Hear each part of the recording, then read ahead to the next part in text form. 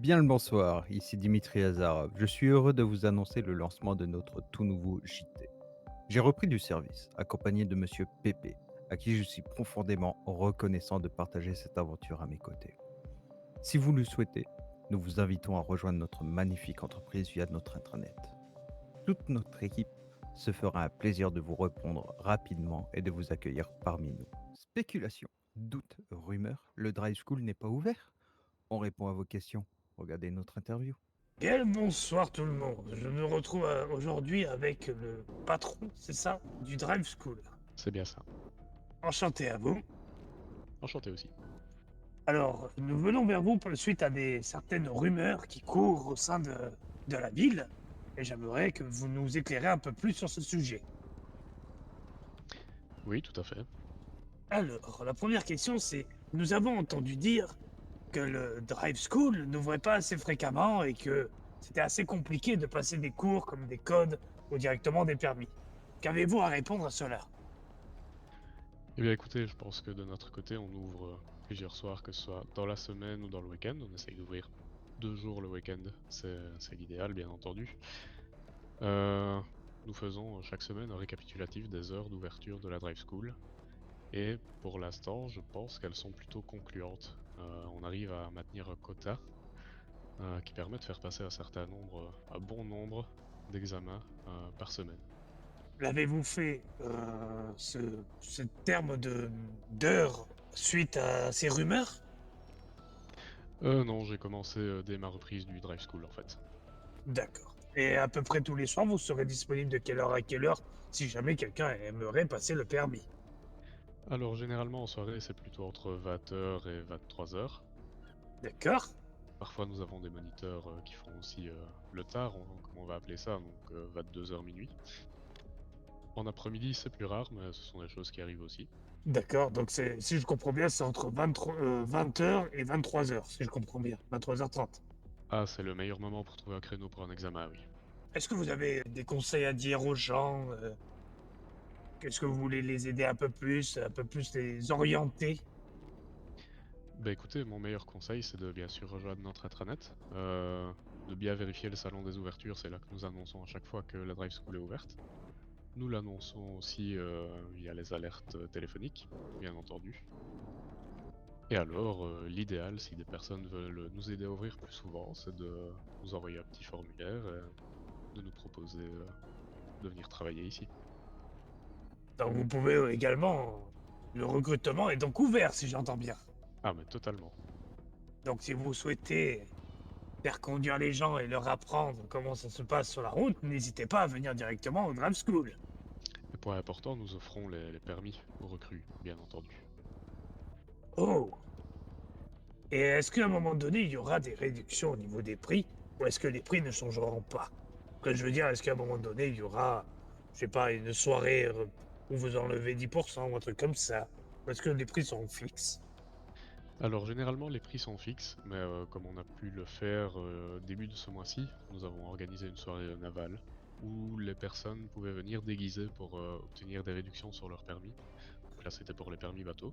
Vous Donc faites conduire effectivement, des gens ça arrive. déguisés? Ah bah écoutez, il faut bien s'amuser un peu aussi, hein. D'accord. Donc on va essayer de faire ça, assez fréquemment. Bon, mais je pense avoir suffisamment répondu à vos questions. Si vous avez d'autres questions, n'hésitez pas à venir directement au Drive School, poser la question à ce cher monsieur Joey Carver, si vous avez la moindre hésitation ou la moindre question. Est-ce que vous avez quelque chose à dire en plus, monsieur Carver?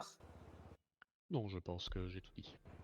C'était Pépé en direct de l'auto-école à Volu Studio. Nous avons pu interviewer le personnel de l'hôpital, ces hommes et femmes qui se battent pour notre survie. On voulait juger de la situation. Bien le bonsoir, ici Dimitri Zarov, en présence de deux médecins que je vais laisser se présenter. Monsieur Anvers. Santé, Johnson Peterson, infirmier au sein de l'hôpital. Enchanté. Et vous, monsieur en bleu? Enchanté, moi c'est Rouliane, je suis ambulancier à l'hôpital. Nous allons commencer pour la première question pour le monsieur Anvers. Pouvez-vous me décrire une journée typique dans votre service? Bah, une journée typique, c'est une journée assez simple en réalité. On se réveille, on déjeune comme toute personne normale, puis on vient à l'hôpital, on prend notre service.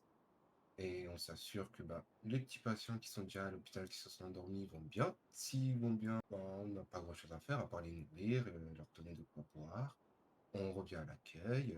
Si jamais il y a des petits patients qui sont déjà à l'hôpital pour un petit bobo, un petit soin ou quoi, on s'en occupe. On a des petites salles exprès et on attend si jamais il y a des appels en extérieur. Chose qu'on espère ne pas avoir. Alors, comment gérez-vous les situations de crise lorsque plusieurs patients arrivent en même temps? Alors, ça dépend. On peut avoir plusieurs patients qui arrivent en même temps au sein de l'hôpital. Dans ce cas-là, on essaie de faire en sorte d'être plusieurs à l'hôpital, donc d'être 2, 3 à l'hôpital directement, prêts à accueillir plusieurs patients.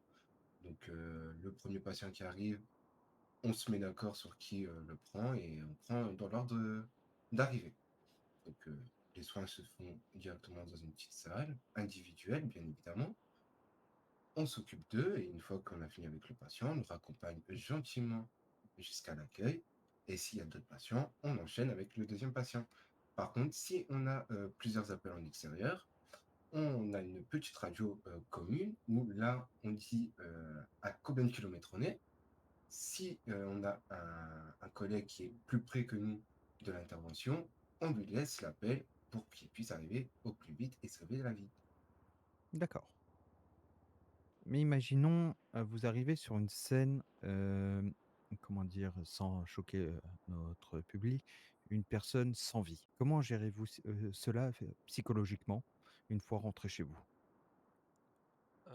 On essaye d'oublier, enfin, même si on n'oublie pas forcément la première journée, parce que c'est quelque chose qui est très dur. Après, je n'ai jamais forcément vécu cette situation en tant qu'ambulancier, mais, mais j'imagine pas à quel point ça peut être dur, et le jour où ça m'arrivera, c'est sûr, ça sera compliqué, mais il faut faire avec, sachant que auparavant j'étais déjà shérif.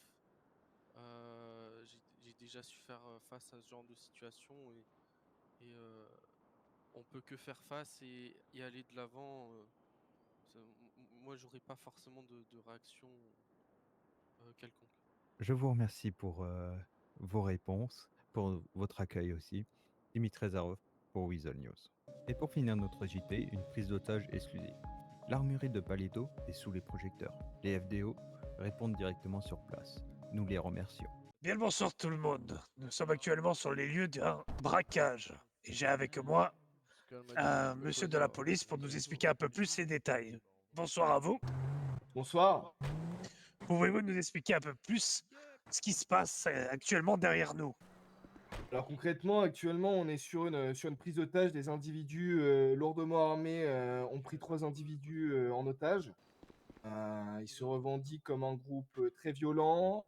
Ils veulent dépouiller l'armurerie car ils considèrent que le peuple américain n'est pas assez armé. Donc là, actuellement, on fait tout notre possible pour essayer de libérer les 3 otages de façon voilà, à ce qu'ils soient sains et saufs.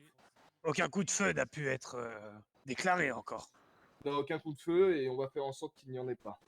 Très bien. Vous savez à peu près quel groupe c'est? Qu'est-ce qu'ils revendiquent? Qu'est-ce qu'ils ont besoin?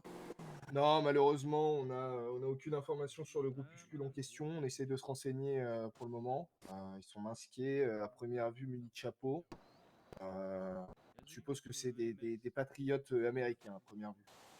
Très bien. Suite à cela, nous avons pu interviewer un des otages. Nous vous laissons écouter cela. Savoir quoi? Comment ça s'est passé? S'ils ont été gentils avec vous? Est-ce qu'ils vous ont fait du mal? Est-ce qu'ils vous ont frappé? Ah non, non, très gentil, très sympa. Enfin, ils m'ont rien fait, quoi. Très bien. Ça c'est plutôt... Ils Y ont a pris pas soin de de... Voilà. Est-ce qu'ils se sont revendiqués? Non. Ils n'ont pas donné de nom de groupe ou quelque chose? Non, non, non, non. Non, ils m'ont parlé d'une secte, c'est tout. Une secte, d'accord. Ouais, c'est ça, une secte. Comment ils sont arrivés à vous prendre en otage? C'est la question qui nous intéresse. Ah, je mettais de l'essence. En tout cas, merci pour ces quelques temps que vous avez pu de vous accorder. On comprend que vous soyez un peu choqués, du coup, on va vous laisser là. Merci bien. Nous vous remercions d'avoir visionné notre JT au complet. Pour ceux qui ont visionné entièrement le JT et qui arrivent ici, sachez que le code promo PP, cela vous offre 10% sur notre catalogue Weasel News. N'hésitez pas, appelez-nous, envoyez-nous un message, code PP.